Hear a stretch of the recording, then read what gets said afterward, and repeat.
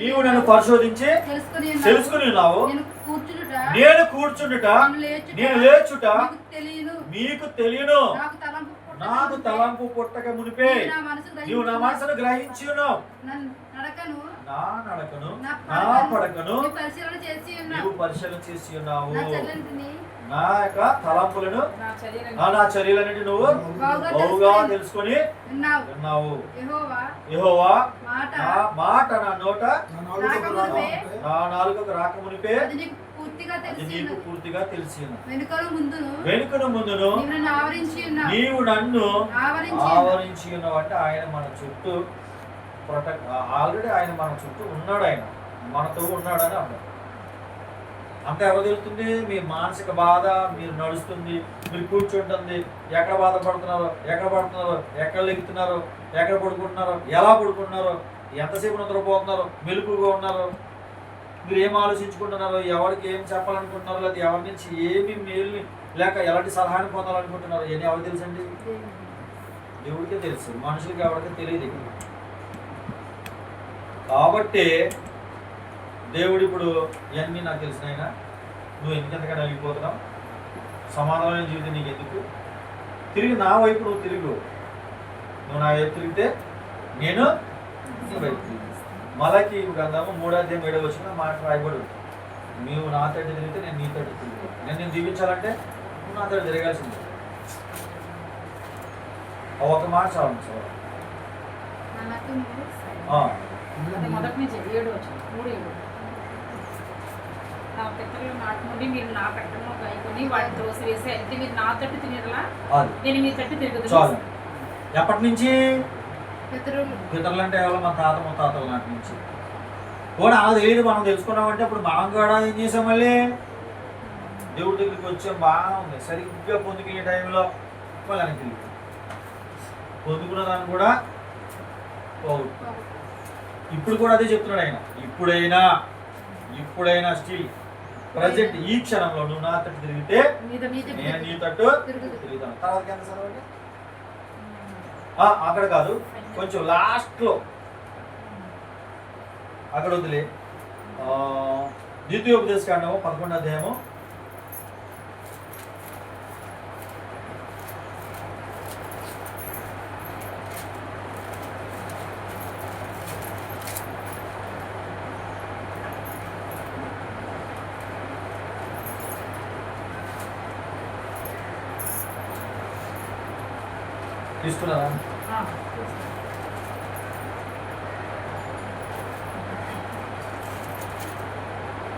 11వ వచనము 14వ వచనం చదవండి.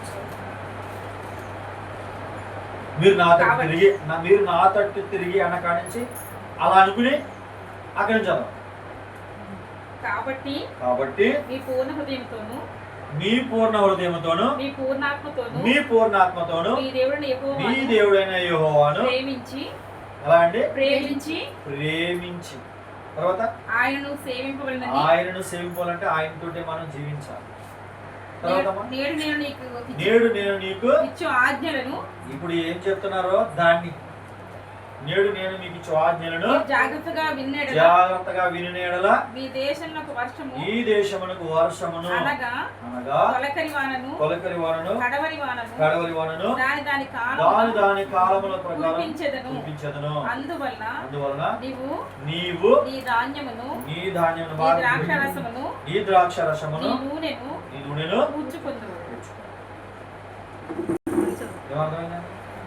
తిరిగి మళ్ళా ఏమిస్తాడండి ఆయన? అన్ని పొందుకుంటావు. ఎప్పుడు పొందుకుంటావు, ఎలా పొందుకుంటావు, ఎందుకు పొందుకుంటావు అన్న దానికోసం మొదటగా ఆయన చెప్పాడు అక్కడ. ఏమని? నీ పూర్ణాత్మతో పూర్ణ హృదయంతోను నీ దేవుడైన యెహోవాను ప్రేమించి ఆయన సేవించి ఆయన మాట చెప్పడం. ఎప్పుడు ఆయన దగ్గర కనపడుతూ ఉంటారు. మీ దగ్గర కొట్లో పని చేస్తున్నారు కదండి ఎవరు, వాళ్ళు వచ్చి మీకు కనపడతారా? కనపడాలా? కనపడకపోతే జీతం ఇస్తారా? మరి మనం ఎవరి దగ్గర కనపడాలి? ఎంచుకోవాలి హాజరు ఆయన దగ్గర, రోజు ఆయన దగ్గర కనపడాలి. మా గురించి ప్రార్థన చేయాలి, మన సమస్యలైనా ఆయన చెప్పుకోవాలి. ఊర్లో ఎవరు కూడా చెప్పొద్దు. ఇక మీదట దేవుడి దగ్గర చెప్పుకోండి. దేవుడికి మీకు మధ్యలో ఒకవేళ సమాధానం రాలేదనుకోండి, ఏదో ఎన్నికలేని పని మనం పెట్టుకున్నాడు కదా, ఒక ఫోన్ చేసి అయ్యా ఇది పరిస్థితి అని మాకు చెప్తే ప్రార్థన చేస్తాం, దేవుడు ఖచ్చితంగా జవాబు వచ్చి వరకు అడుగుతాం. వదిలేమో ఇప్పుడు చెప్పేసి ప్రభా ఇక జవాబు రాలేదని వదిలేము, జవాబు పొందుకునే వరకు ప్రార్థన చేస్తాం. ఆ జవాబే ఇక్కడ దాకా తీసుకొచ్చింది. ఎవరి దొంగలో ఎవరి దొరలో ఎలా నష్టపోయామో ఏంటో అనేది మనకంతా దేవుడు చూపించారు కదండి. వచ్చారా బయటికి? యథార్థతలోకి వచ్చారా? ఇంకా రాలేదా? అందుకనే మీకు ఎక్కడ తెలియదో ఒకటే, మీరు ఫస్ట్ ప్రార్థన చేయండి. మీకు ఇక్కడ జవాబు ఏమి రాలేదనుకోండి, కన్ఫ్యూజన్ ఉన్నారనుకో, ఫోన్ చేయండి. మీకు జవాబు వచ్చాక మేము ప్రార్థన చేద్దాం, అప్పటిదాకా వెయిట్ చేయండి, తొందర ఏమి ఉండదు. జవాబు వచ్చిన తర్వాత ఆ ప్రకారంగా మీరు వెళ్ళాలి. వర్షాకాలం రోడ్ల మీద నీళ్ళు నిండిపోయి గోతులు ఎక్కడ తెలియదు. రోజు తిరిగి రోడ్డే మనకు ఒక అవగాహన ఉంటుంది, ఏ పక్కన పోయి ఉంటుంది, ఏ పక్కన పోయి. అలాగని చెప్పి మనకు తెలిసిందే కదా అని చెప్పి దండమని వెళ్ళామనుకో, ఆ రోజే కొత్తగా పోయేదని కూడా ఉంటుంది, తెలియదు. మనకంటే ముందు ఒకటి వెళ్తున్నాడు, ఆయన అబ్జర్వ్ చేయాలి. మోటార్ సైకిల్ కారోడు, ఆడు కారు ఏదైనా పెద్ద గోతులో పడింది అనుకో, వెనకాల మనకి ఏమర్థం అవుతుంది, సిగ్నల్ వస్తుంది. ఓహో ఈ వాటికి అయితే గోతులో పడతాం, మనం ఇటు వెళ్ళకూడదు, ఇటు వెళ్ళాలని.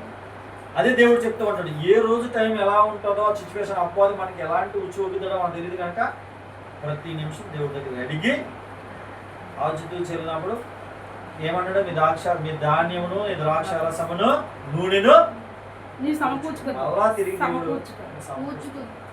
పోగొట్టున్న దానికంటే విస్తారంగా దేవుడు ఇస్తాడు. కానీ ఇక్కడ మనం ఆస్తి కోసం కాదు, ఫస్ట్ దేవుడితో సహవాసం చేయడం మొదలుపెట్టి దేవుడి చిత్తానికి లోబడి దేవుడి ఉద్దేశ ప్రకారంగా మనం వెళ్ళినప్పుడు, నీతిగా న్యాయంగా ఆయనకి లోబడి నువ్వు పని చేయడం ప్రారంభించినప్పుడు ఇవన్నింటిని మరలా మీరు తిరిగి అతి తక్కువ సమయంలో దేవుడు మీకు దయచేస్తారు. వీటి మాటలు దేవుడు దీవించి ఆశీర్వదించి మీ అందరి హృదయాల్లోనూ అలాగే రాజబాబు హృదయాల్లోనూ ఫలించి